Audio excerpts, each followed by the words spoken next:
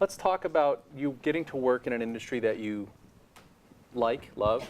Yeah. And, we have a lot of people come through. Talk about being able to do something that you love, the pluses and minuses of that, of sort of following your passions. Yeah, but in this day and age, or in anything, everyone's like, do what you love.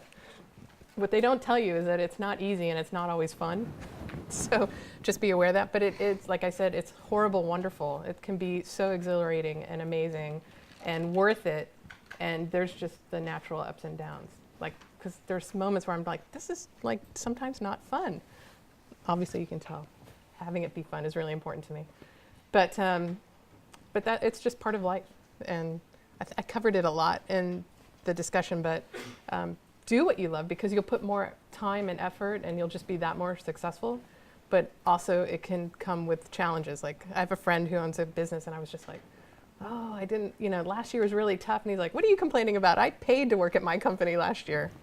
So there's, just moments. Yeah, and that means you're probably the last to get a paycheck in tough times. A lot of people defer, if you own the company, you defer your salary in tough times.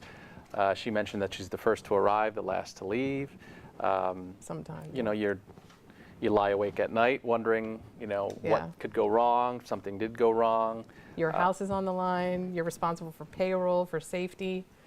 So it's a whole different perspective if you've never done it and had to be responsible. And compared to working for someone else, it's much easier working for someone else, much easier. And you can really check your problems at the door when you leave and not sort of let them linger. And it felt the same way. I was in a dangerous business and lying awake at night wondering who got hurt. When you hear, we were in environmental drilling. And so when, you hear that thing in the morning that no one pays attention to, there's an overturned big rig on the 405. Yeah. And the first thought is it one of ours? And that type of stuff keeps you up at night. And there are easier ways to make a living. But the flip side of that is, could you imagine working for someone else, really? No, never. My dad was in a management program at GE, and he hated it and left and told me my whole life I could never work for anyone else. And he kept his business very small. Like, he managed it with just a few people, and Doug Pick with Heroes, has no employees. And one of the first lesson in this room was a gentleman who owned Wave Rave, which was, he was like a world-class heliboarder, and he's like, dare to dream and design your company around the lifestyle that you want to lead. So if you don't want to work a lot of hours, don't work in the film industry. Go and create a business that fits the lifestyle that you want to lead. And that's okay. And I never understood why he kept it small until our company started to grow. And I was like, oh, now I see. And then you just make those choices. Our company is a bit bigger, and we've go up to 125 people, and it's a lot of work, and it can be very dangerous. And but past a certain point, we control the growth.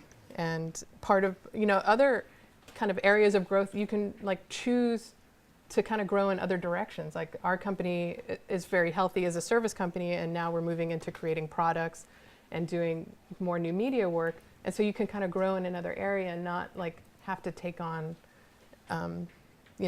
extra responsibility, or use your company as an ATM to fund other projects and kind of seed fund your ideas. Because there's, with venture capitalists, they want to see the hockey stick growth.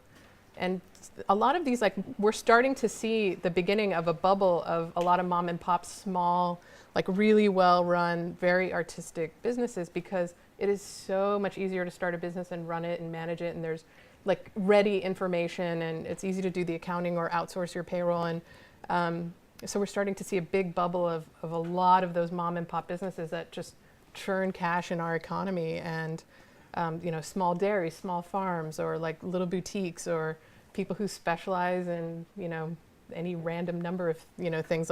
If you model trains, and you can be on the internet and compete globally and expand your opportunities for income, and that's actually a really exciting thing to watch. So you can kind of create anything you want, and that's part of the fun.